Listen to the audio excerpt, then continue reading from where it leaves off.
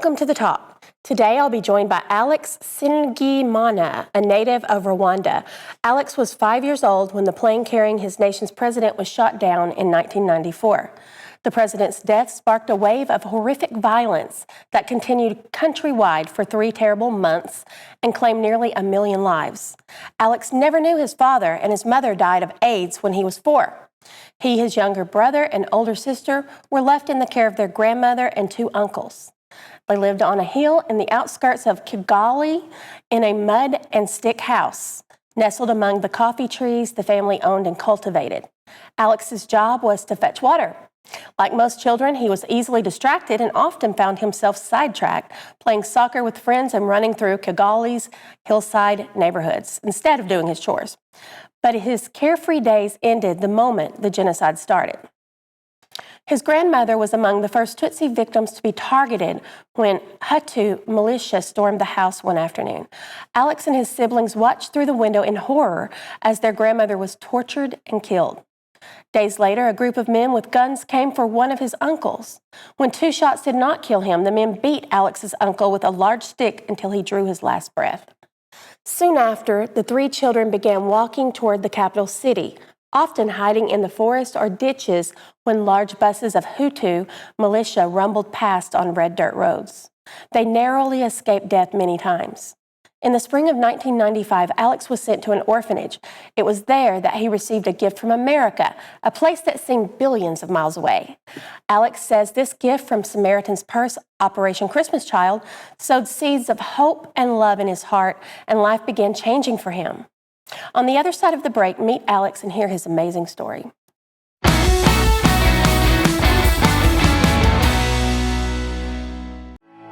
Are you searching for your dream home? Look no further.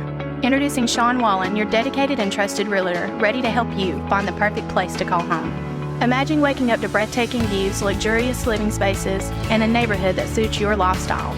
Sean Wallen understands that your home is your sanctuary and goes above and beyond to help you find your dream home. Call me today at 706-609-9197 and allow me to unlock the door to your dream home. Turn your real estate dreams into an exciting reality. Thank you. Thank you, North Georgia. Gracias, North Georgia. We appreciate you, North Georgia. I'm Seymour. I'm John Moore. Like the Georgia Bulldogs, we're number 1. Thank you, North Georgia, for voting us number 1 6 years in a row. If you're hurt and want the best, Give us a call. We'll do the rest.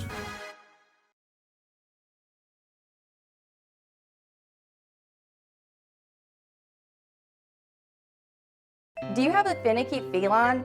Here at Dalton Veterinary Practice in Kitty Corner, we have a unique cats-only waiting area that'll take some stress off of your trip to the vet. Our office has a completely separate waiting room for both dogs and cats. We are conveniently located on Cleveland Highway. We offer wellness and urgent care appointments for both dogs and cats, Monday and Tuesday, 8 to 5, and Wednesday through Friday from 8 to 8. Call 706-281-4770 to make your appointment today.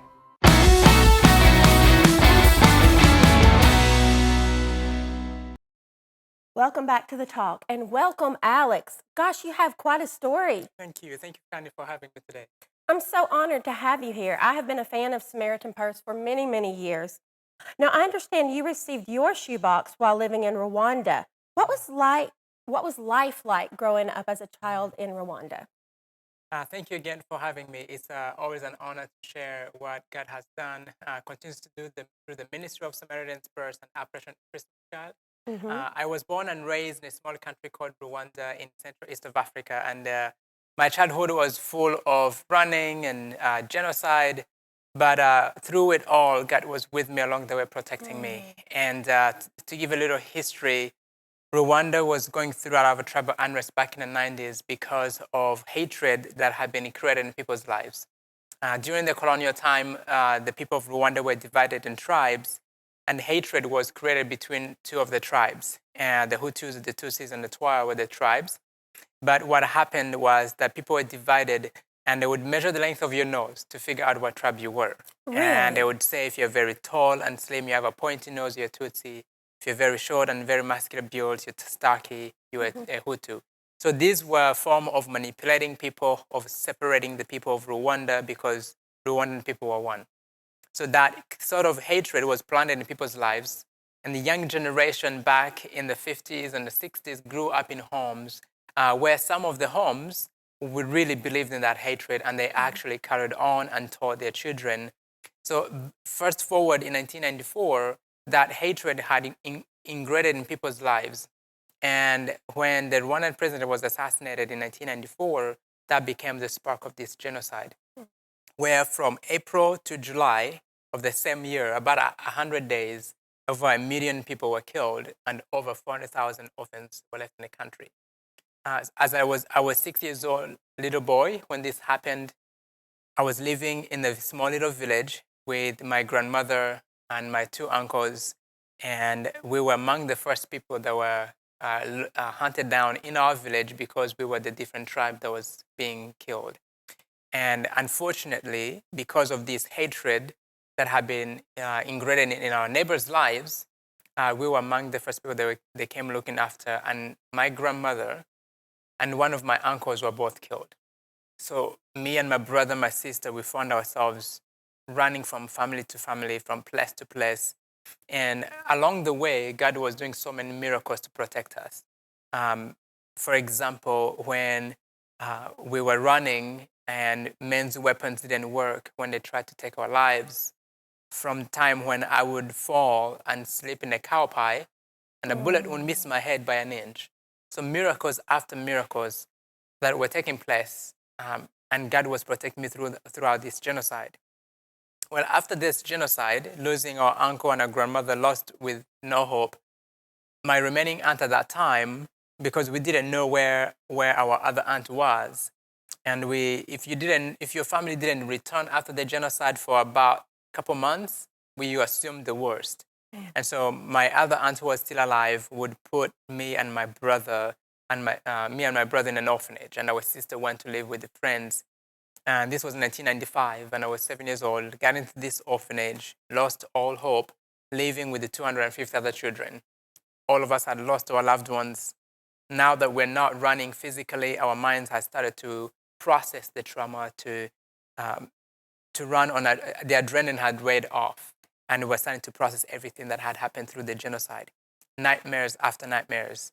So we get into this orphanage, and one of the very first organizations that responded in July of 1994, right after the genocide ended, when the borders were opened, when the refugee army that had stopped the genocide had opened the borders and people were coming in, one of those first organizations was Samaritan Purse. Now, Samaritan Purse is an international evangelistic organization that is based in Boone, North Carolina, and they respond to different disasters around the world. Since the 70s, they have been doing this, and all of it is to do it in Jesus' name, to help people physically, but also spiritually, and not leaving them there. And so the genocide against the Tutsi tribe in 1994 was a disaster happening in the world, and they responded, and they started to refurbish a hospital and help people physically. A year later, in 1995, they brought one of their projects, Operation Christmas Child, where people packed shoeboxes filled with toys, and they brought shoeboxes to our orphanage. And it was such a special day. Oh, wow. That is so special. And Yeah. I'm so proud of you. I'm so proud of you for where you are. It must have been horrible to see your grandmother and your uncle. You actually witnessed this? We were right there when it all happened, and it's a miracle that actually the militias never bothered touching us or even doing anything to us children, because during the genocide, the goal was to wipe out the young generation. And when my grandmother and my uncle had both taken over from me, we were right there about 100 feet. And as a miracle, God's protection was with us along the way. And we are grateful to tell the stories today, to tell of his powerful work. God is so good. Can you tell me about the day you received your Operation Christmas Child shoebox? And how would you describe that experience? Yeah, it was such an amazing day when I got to receive that Operation Christmas Child shoebox gift. I do remember very specifically we were told to line up in the yard. And they said, today's a special day, you're going to get a gift. Then they said, don't open them until all of them have been handed out. Now, imagine telling a 7-year-old to hold a present for 5 minutes. It was a difficult time, but we wanted to open our shoeboxes. We were shaking it. And when we got to open our shoeboxes, just have this picture in your mind. 250 kids opening a gift for the very first time in their lives. It was such a special day, and all of us were screaming. But this time, we were not screaming because we were being chased. We were not screaming because we're scared, but we were screaming because we could not contain the joy of receiving a gift for the very first time. So as I opened my shoebox gift, I saw all the items, and I saw school supplies, hygiene items. It was such a special day. My favorite item was actually a hair comb that I had for the next 3 years. Oh my gosh, that is so cool. I want to talk to you more about this, but I need to take a quick break, so we'll be right back.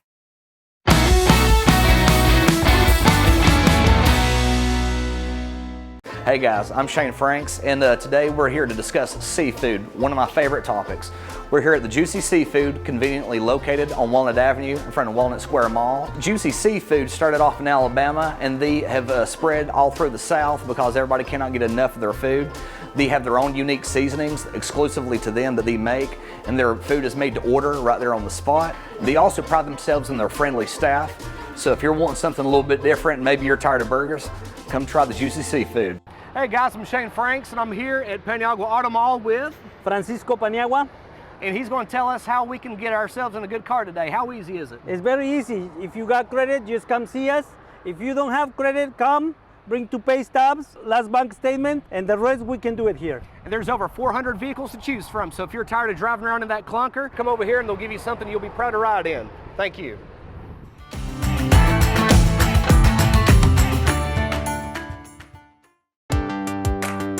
At First Franklin Financial, we make loans for living, offering personal loans from $600 to $15,000 with fixed rates, flexible terms, and payment plans to fit any budget.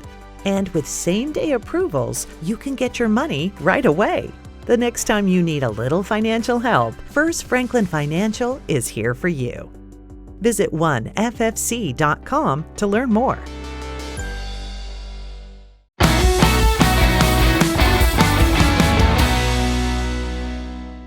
And we're back with Alex. Alex, we just talked about your life as a young man in Rwanda, the things you experienced and receiving that first box. Did it look like that? It looked like this during that time when I got to receive my shoebox gift. Some people were wrapping the shoeboxes to make it easy. It was so colorful, and it was within the second year that Operation Christmas Child packed shoeboxes. Oh, so it was just the second year, and Within now the it's second 30 year. years later. That's This correct. is the 30th year anniversary of Operation Shoebox, Christmas Child. Yeah. Receiving this shoebox gift made a big impact in your life, am I right? That's correct. Tell me about that. Yeah. When I got to receive that shoebox gift in 1995 as a 7-year-old, it was the very first gift I ever received in my life. And it really reminded me that God loved me and someone out there was thinking about me. Operation Christmas Child became a project of Samaritan Purse in 1993. And within that first year of 1993, they packed 28,000 shoeboxes. Wow. Yeah. Last year alone, in the worldwide, over 10.4 million shoeboxes that were packed. Oh, my word. That's over 10.4 million children who got an opportunity to receive a gift that planted the seed of God's love in their lives, to reminding children that they're not forgotten. So when I got to receive my shoebox gift, I loved the school supplies, the hygiene items, the toys, but the seed of hope and love of Jesus Christ personally was planted in my life. And my faith journey at that time was my grandmother's.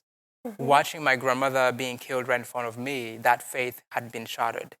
But a seed was planted by that shoebox gift, and it rekindled that faith that I had. So a year later, I got a chance to join a choir.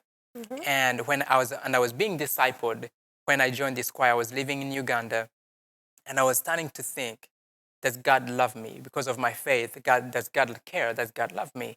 And I was thinking, how can God love me, yet he watched when my grandmother and my uncle being killed? So I struggled with these questions, and I struggled in my faith journey, and I was blaming God for everything that happened, but I missed out on the miracles that happened actually for me to be able to be where I was. And several of those miracles were my grandmother and my uncle were taken away right in front of me. But yet, the militias never bothered touching us. They had no reason to spare our lives, because next door neighbors, other people around the country, from the youngest to the oldest, today they're in Rwanda the unfortunate of that genocide is that there are generations that don't exist anymore. Yet my brother and I walked right through it, not even a single scratch on our skin. So when I was in Uganda processing this, remembering that miracle that God spared our lives there, running and sleeping in a cow pie and a bullet missing my head, and a man's weapon not working when he went to pull the trigger, inside his magazine falling out of the weapon, receiving that shoebox gift that brought me so much joy, reminded me to be a boy again. That's what I needed. I didn't need anything big, but I needed to be reminded to be a boy. And so when I saw those miracles that God had done to protect me, that's when my faith journey continued to grow. Then I came to the United States with a choir, traveled with a choir for 2.5 years, and then I went back to Rwanda. But God had another plan because I later on got adopted into a family in the United States. I lived in Minnesota for about 10 years. Then I currently live in North Carolina. Oh, so glad to have you here. Thank you. You are a special person and a strong person. Thank you. Let me see what we have here. I want to ask you. Now, you just explained how you came to the United States. So now you're packing shoeboxes for other children. How does that make you feel knowing you are sending a gift to a child just like someone once did to you? Every time I pack that Operation Christmas Child shoebox gift, I'm always remembering how that shoebox gift made me feel as a 7-year-old living in that orphanage. At a time when I had lost everything and almost everyone in my life, God used that shoebox gift to remind me of his love. And whenever I pack that shoebox gift, I remember of that child. I pray for that child to have the same experience, even better experience that I had when I got to receive my shoebox gift. And it's such a joy to pack that shoebox. And I try to, when I pack that shoebox gift today, I try to make it full.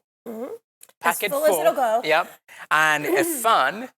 So fun items that shoebox gift. So, and I pray for that shoebox gift because I'm praying for that child, that they may have an encounter with their Heavenly Father when they get that shoebox gift, because for me, that seed was planted. And even challenged me in my own journey along the way. So when you went back to Rwanda, you were able to go to the very same orphanage that you were in. What was that experience like? Yeah, in 2013, I traveled with Operation Christmas Child back to that same orphanage where I grew up. And it was such a powerful moment for me to be able to stand in the same place that I stood as a 7-year-old, this time handing out a shoebox gift. It was a huge answered prayer because I always wanted to experience that moment. And God just gave me that opportunity to experience, to see the kids there and to share with them about the same message that was planted in my own life when I got to receive that Operation Christmas Child shoebox gift when I was on that trip. It was such a powerful moment that I'll never forget. And I'm sure it was for those receiving as well. So guys, I have to take another break, and Alex and I will be right back.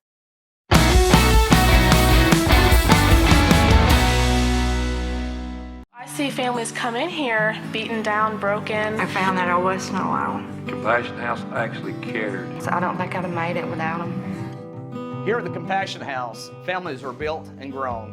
They're reunited and equipped with the tools that they need to succeed. Learn to love by being loved. Do you have a passion to strengthen your community and help families? To get involved, go to www.compassionhouseinc.com, 706-272-2843.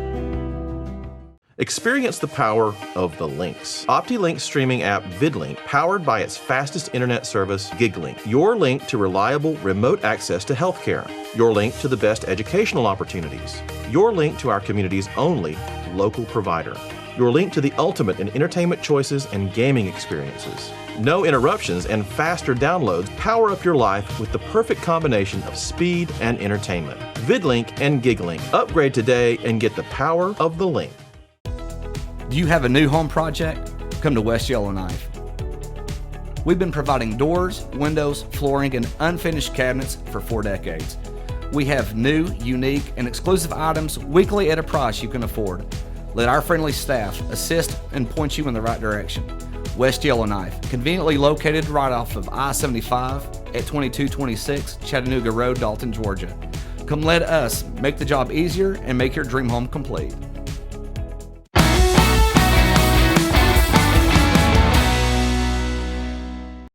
We are back, It is me and Alex. And Alex, we have talked a lot about your experience as a young man and then in Rwanda and what all you went through, getting your shoebox from the Samaritan's Purse. And now you yourself are giving them out and participating and bringing that hope and joy and the love of Christ into the lives of other children. Now, when you went back to Rwanda in 2013 distributing these shoe boxes, you had the chance to visit in prison the man responsible for taking your uncle's life. What was that like? When I went on that trip in 2013 to visit the prison, it was a result of a prayer that I had been praying for over 12 years. Okay. During the time when I was being discipled, God had sent me people in my life to disciple me, to help me deal with the trauma that I had faced through the genocide. And they were watering the seed that had been planted in my life by that shoebox gift that I received as a 7-year-old. And one of the chaperones who was with us on the choir, one of my mentors, asked me a powerful question. And she said, Alex, tell me a story first. So I shared my testimony for the very first time and remember how therapeutic that was for me to talk about what happened. And then she would later on ask me she asked me this question: what would you do if you would sit with the person who has caused you the most pain? And that question just launched this audacious prayer in my life. Lord, help me to heal so that I can be able to see those people who've caused me pain. And the reason I was praying this audacious prayer is because in my life, I was so bitter. I was so bitter to the point where if I would have seen those men, I would have done exactly the same thing that they did to my grandmother and my uncle. And that scared me, that kind of hatred was also in my life. So for 12 years, I'm praying this prayer for God to help me with this process. And also, I was praying, but also taking the steps to pursue those opportunities. So in 2008, the government of Rwanda wanted to bring, the process began way back in 2004 and 2005. But in 2008, I traveled to Rwanda to try to be a part of this process where the government was bringing the people who committed the crimes and the victims, and they're orchestrating meetings where these people would ask for forgiveness, and they're able to, the victims would have to have closure. They would ask these guys who did the killing, say, hey, tell us where you put our relative. We want to bury them respectfully. And these guys will be able to ask for forgiveness. It's incredible of the healing and the reconciliation that has taken place. And because of this reconciliation, this has built the country today. Today, the country is safe. The country is healing both people. Now you have people living together in harmony. Yeah. But in 2008, I went to the village of these meetings, and the only people who didn't show up was the guy who killed my grandmother and the guy who killed my uncle. And I was so confused, thinking, God, I'm trying to take my step forward, but you're not taking yours. It is not fair. In 2010, I tried again. It didn't happen. But in 2013, it wasn't even on my radar. It wasn't a plan. We just happened, maybe we can do it today. And we went to the prison, and a process of getting paperwork, permission, you cannot just go to the prison and say, I want to meet so-and-so. It's a process. But that process usually takes about 3 weeks. But in about 3 hours, we had all the permission we needed and went and found out that the guy who had killed my grandmother fled, but the guy who had killed my uncle was still there. And we were able to meet with him and able to have a conversation with him. It was the toughest day of my life, but also the most freeing day of my life.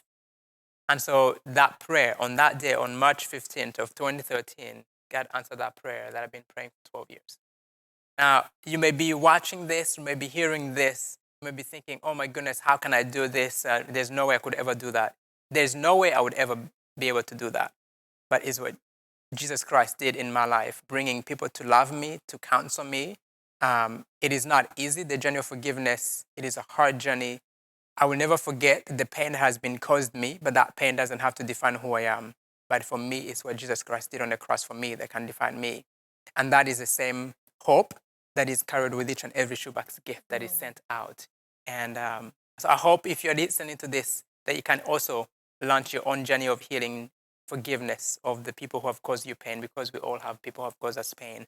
And my challenge to you today is that maybe today is to start your journey of living in freedom, in healing, because you will never forget.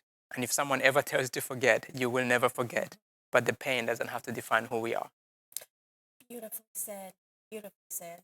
And I think that spoke to me personally, and I'm sure many of you. Alex, I want to thank you again for coming and for sharing with us. I got to ask you one more question. Are you happy? I am beyond happy. Then I am happy. I am happy for you. Thank you so much. Thank you. And guys, if you'll stay with us, when I come back, I'm going to tell you all the ways that you can get involved and help send some more of these boxes to people who desperately need them, and gosh, the whole deal. So thanks, and we'll be right back.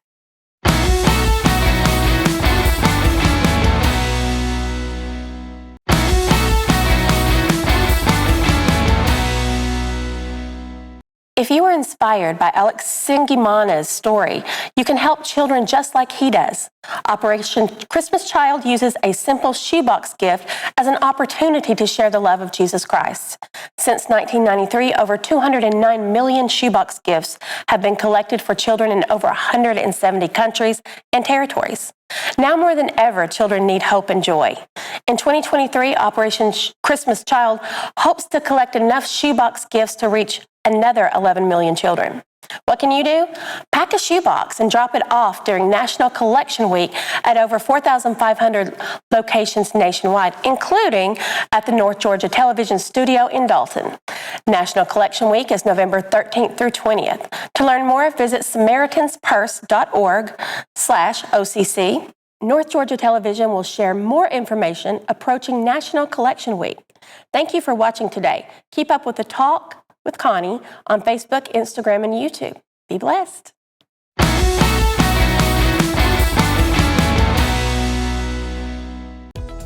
Do you have a new home project? Come to West Yellowknife. We've been providing doors, windows, flooring, and unfinished cabinets for 4 decades. We have new, unique, and exclusive items weekly at a price you can afford. Let our friendly staff assist and point you in the right direction.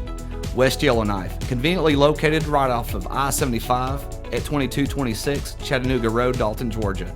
Come let us make the job easier and make your dream home complete. My car looks totally ruined. I don't even know what to do. Locally owned Dalton Collision Center is the only choice when it comes to all of your auto body and refinish needs. Our experienced staff provides quality work from start to finish, will help with your claim, and even assist with getting your rental car. Everything from A to Z. So you can focus on life, we can focus on getting you there.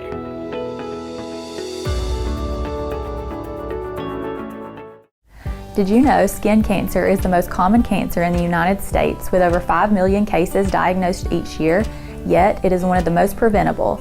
Hi, I'm Courtney Johnston, the physician assistant at Dalton Plastic Surgery. Did you know we offer routine skin checks in our office? Schedule your appointment with us if you have any areas of concern or if you have not had a recent skin exam. At Dalton Plastic Surgery, we offer an array of different services to help you feel and look your very best. Give us a call today. Every day, thousands of kids start vaping, and I can't let this happen to my kid. So if you want to talk to your kids, you have to get it trending.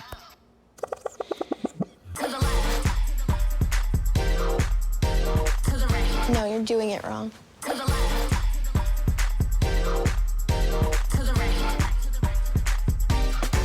Let's go. Can we talk? Yeah, what's up? Visit talkaboutvaping.org for tips on when and how to have the vape talk.